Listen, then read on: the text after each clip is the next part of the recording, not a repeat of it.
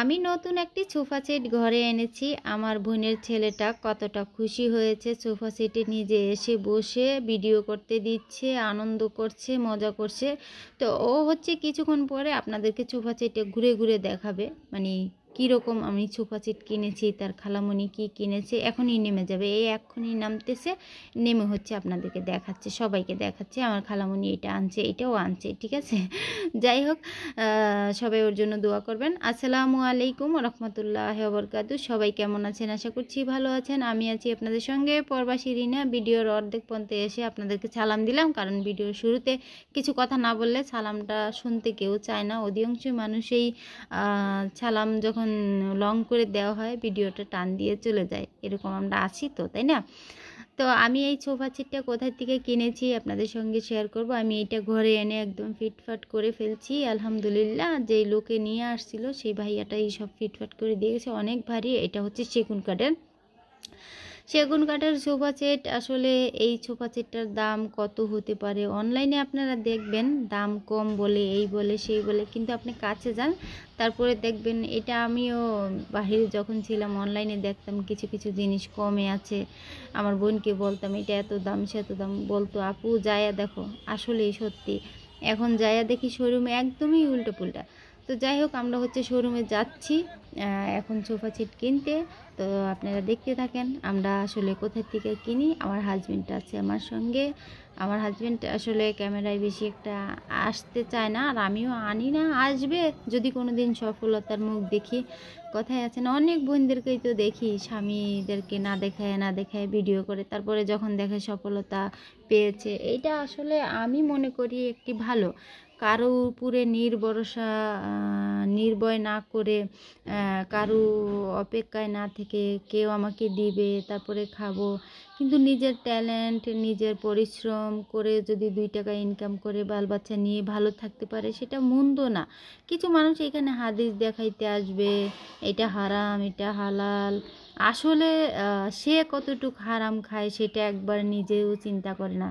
সুদে টাকা লাগায়, লাখ টাকা দিয়ে 20,000 টাকা পায়, লাখ টাকা দিয়ে 40,000 টাকা পায়। তো সেটা কি হারাম না? সেটা হারাম না। তো এই ধরনের মানুষ এই সমাজে আছে। তো ওই ধরনের মানুষের কথা শুনে আপনি থেমে যাবেন না, নিজের মতো কইরা দাঁড়ানোর চেষ্টা করবেন। আমাকেও অনেকে থামানোর চেষ্টা করেছে। আমরা এই শোরুমটাই গিয়েছি। এই শোরুমে আমি যেই সোফা সেটটা নিয়েছি শুধু একটা সোফা সেটই এটাই ছিল আসলে। আর অন্যগুলা সোফা সেট আমাকে অনেকগুলাই দেখাইছে, আমার একটু পছন্দ হয়নি। এইটার প্রতি আসলে নজর একবার গিয়েছে, আর ফিরাইতে পারি নাই। যাই হোক, শেষমেশ আমি এটাই নিয়ে আসছি।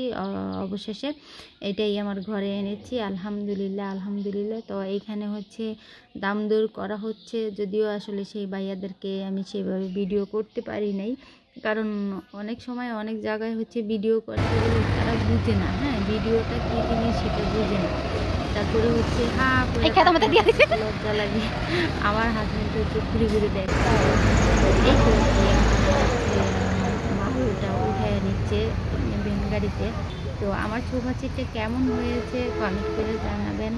আর আমার লং ভিডিওগুলো পেতে চাইলে গ্রামীণ ব্লগ চ্যানেলটা সাবস্ক্রাইব করবেন। সবাইকে আহ্বান করছি। আমি হচ্ছে প্রবাসী রিনা। একটি সময় আমি প্রবাসী থাকতাম।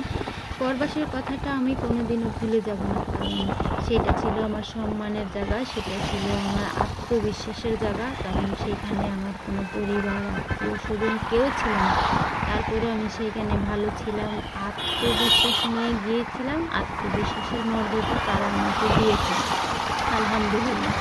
আমি যে বাসায় ছিলাম 11 বছর একটানা থেকে আসছি, আমার মনে হয় না আমার বাংলাদেশে বিশেষ করে আমার বাংলাদেশি বোনেরা 10 বছর 11 বছর এক বাসায় কাজ করে। হ্যাঁ, বিদেশে অনেক দিন থাকে, কিন্তু 10 বছরে 10টা ভাষাও এমন লোকজন আছে চেঞ্জ করেছে, সেটা আমার জানা মতে। আমার সঙ্গে রুজিনা আপা ছিল, রুজিনা আপার মা মনে করেন বছরে একটা ভাষা চেঞ্জ করছে। তো যাই হোক, মানুষের বদনাম বলছি না, কিন্তু আর আমার নিজের প্রশংসারও করছি না, কিন্তু আমি আমার নিজেকে নিয়ে অনেক গর্ব করি যে আমি আসলে যেখানে যাই প্রথম আমার একটু কষ্ট হয়, তারপরে আমি সেই কষ্টটাকে ফিল করে মানায় নেওয়ার পরে সেটা আসলে আমার সম্মানের জায়গা জায়গা হয়ে যায়, মর্যাদার জায়গা হয়ে যায়, এটাই। তো যাই হোক, আমি এখন কুমিল্লা আছি। কিছু মানুষ এই সমাজে আছে, আপনি যখন সত্যটা বলবেন, আপনি অন্যায় দেখে অন্যায় প্রতিরোধ করতে যাবেন, তাহলে আপনি সেই সকল মানুষের কাছে বেয়াদব হয়ে যাবেন, অসভ্য হয়ে যাবেন। আপনার মতো খারাপ মানুষ এই দুনিয়াতে একটাও নেই, বুঝতে পারছেন? তো কিছু মানুষ আছে এই সমাজে, আমি এখন যেখানে বসবাস করছি এখানে কিছু মানুষ আছে। আমাদের একটা মুদির দোকান আছে, আমার ঘরের টাকা দিয়ে আমি দোকান দিয়েছি, অথচ সেইখানে কিছু মানুষ যে বলে এটা এত টাকা, আবার কী করে জানেন, খেয়ে খেয়ে চুপচাপ চলে যায়, নামটুকু ভুলে যায় না। মানে মনে হয় যে কি এটা কোনো সরকারি একটা হোটেল, সরকারি একটা দোকান, সরকারে মাল দিচ্ছে আর আমি শুধু বসে আছি, সরকার আমাকে বেতন দিচ্ছে। এতটা অসভ্য, এতটা জানোয়ার এই সকল লোক, আমার মনটায় চায় পায়ের জুতা খুলে টাস টাস করে তার গালবাড়া মেরে দিই। আজকে তো একজনের সঙ্গে আমার ঝগড়া হয়ে গেছে অলরেডি সকালবেলা। তো যাই হোক, এইটা হচ্ছে আমার ননদের বাসা। ননদের, আমি দোকানে যে দিক দিয়ে যাই এই গলিটা দিয়েই আমার যাওয়া হয়। আমাদের দোকানটা ওইখানে, আমরা দোকান ভাড়া নিয়েছি। তো আমি হচ্ছে এইখানে কিছুটা মুহূর্ত ভিডিও করেছিলাম, তখন কিন্তু বৃষ্টি ছিল, আমি ছাতা নিয়ে যাচ্ছি। তো এই যে কাঁঠালগুলা ধরে আছে, কিন্তু কাঁঠালগুলাকে কাঠবিড়ালি, কাঠ পাখি না, কাঠবিড়ালি হচ্ছে খেয়ে ফেলায়। গাছের ভিতরে যেই পশু পাখিগুলো থাকে তারা হচ্ছে নেমে নেমে এইভাবে কাঁঠালগুলোকে খেয়ে শেষ করে দেয়।